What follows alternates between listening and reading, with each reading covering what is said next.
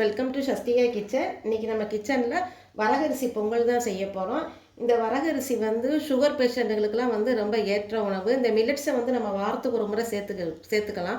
இதில் நார்ச்சத்து ரொம்ப ஜாஸ்தியாக இருக்குது.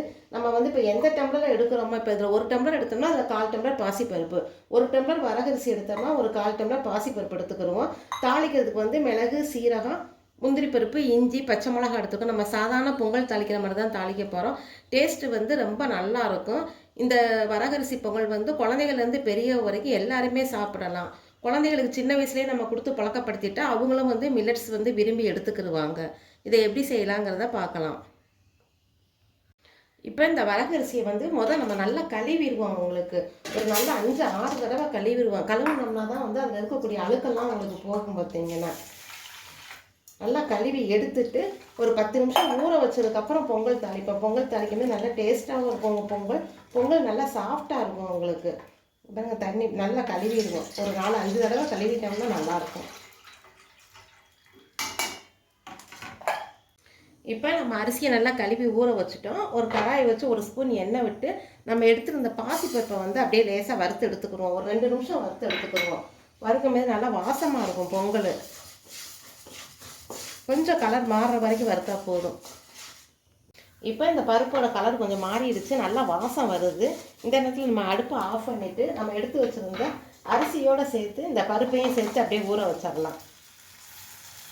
ஊற வச்சு அப்படியே நம்ம பொங்கலாக தாளிக்கிறது தான்.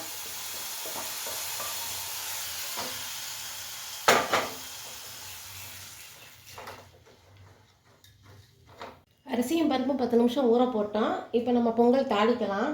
குக்கரில் நம்ம 1 டம்ளர் அரிசி எடுத்துருக்குறோம். அதுக்கு 3 டம்ளர் தண்ணி ஊற்றிக்கிடுவோம். 1 டம்ளர் பால் சேர்த்துக்கிடுவோம். காய்ச்சி ஆற வச்ச பால்.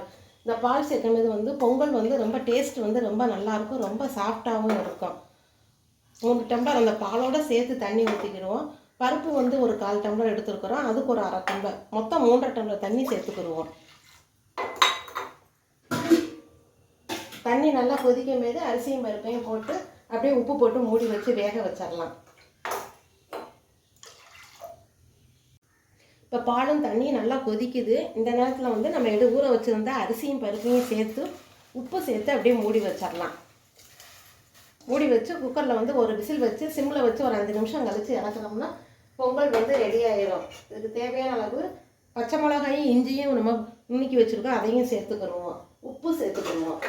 இந்த பொங்கலுக்கு தேவையான அளவு உப்பையும் சேர்த்து அப்படியே மூடி வச்சிடலாம். மூடி வச்சு குக்கரை ஒரு விசில் விட்டுட்டு ஆஃப் பண்ணி எடுத்து அப்புறம் பொங்கல் தாளிக்கலாம். இந்த பொங்கல் டேஸ்ட்டு ரொம்ப நல்லாயிருக்கும். செஞ்சு பாருங்கள். குக்கர் ஒரு விசில் வரவும் நம்ம ஆஃப் பண்ணிடுவோம். ஒரு விசில் சிம்மில் வச்சு ஒரு 5 நிமிஷம் கழிச்சு ஆஃப் பண்ணுவோம். பொங்கல் ரெடி ஆகிடும். இப்போ குக்கர் வெயிட்டோட ஸ்டீம் குறைஞ்சவொடனே எடுத்து பார்க்கலாம். பொங்கல் பாருங்கள் எப்படி இருக்குன்னு. நல்லா வெந்துட்டு பாருங்கள். அப்படியே மசிச்சு விட்டுட்டு நம்ம அப்படியே பொங்கல் தாளிச்சிடலாம். தாளிச்சுக்கிட்டோம்னா டேஸ்ட்டு ரொம்ப நல்லா இருக்கும். பாருங்கள், நல்லா குலைவாக இருக்குது பாருங்கள் பொங்கல். இதை நம்ம அப்படியே தாளிச்சிடலாம். இப்போ நம்ம கடாயை வச்சு எண்ணெய் ஒரு 3 ஸ்பூன் ஊற்றிருக்கிறோம். நெய் 1 ஸ்பூன் ஊற்றிருக்கிறோம். எண்ணெய் இது நல்லா காஞ்ச உடனே நம்ம எடுத்து வச்சுருந்த சீரகம் 1 ஸ்பூன் சேர்த்துருவோம். சீரகம், மிளகு, முந்திரி பருப்பு, கட் பண்ணி வச்சுருந்தோம். முந்திரி பருப்பு, பச்சை மிளகா வத்தல், ஒரு வத்தல் போடுவோம். ஏற்கனவே ஒரு பச்சை மிளகா போட்டிருந்தோம், அரைச்சி போட்டிருந்தோம். அதனால் ஒரு வத்தல் மட்டும் போட்டுக்கிடுவோம் காரத்துக்கு. இது நல்லா செவந்த உடனே அப்படியே நம்ம அரிசியும் சேர்த்து சாதத்தையும் சேர்த்து அப்படியே கிளறி இறக்குறாங்க. இப்போ முந்திரி பருப்போட கலர் நல்லா மாறிடுச்சு. இந்த டைமில் நம்ம எடுத்து வச்சுருந்த கருவேப்பிலையும் சேர்த்து அப்படியே போட்டுருவாங்க.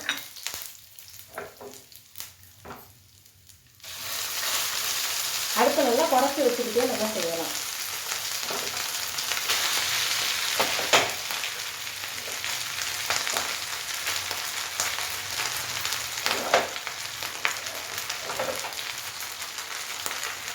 ஒரு 5 நிமிஷம் நம்ம இதே மாதிரி அப்படியே வச்சுருந்தோம்னா பொங்கல் ரெடி ஆகிடும். நம்ம ஊற்றியிருந்த எண்ணெய், நெய் எல்லாமே இந்த சாதத்தில் அப்படியே இழுத்துக்கிறோம். உங்களுக்கு டேஸ்ட்டு ரொம்ப நல்லா இருக்கும். அடுப்பு சிம்மில் வச்சே பண்ணுவோம்.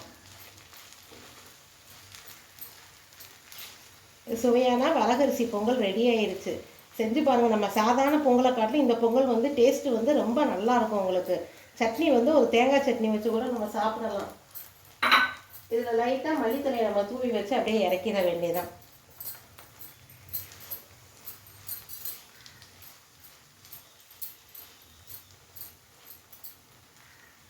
இப்போ நம்ம எடுத்து பார்த்தோம்னா இந்த பொங்கல் பாருங்கள் கரண்டியில் வந்து இப்படி ஒட்டாமல் விழுகணும். அப்போ தான் வந்து நம்ம செஞ்ச பொங்கல் வந்து கரெக்டாக இருக்கும். உங்களுக்கு டேஸ்ட்டு வந்து ரொம்ப நல்லாயிருக்கும்.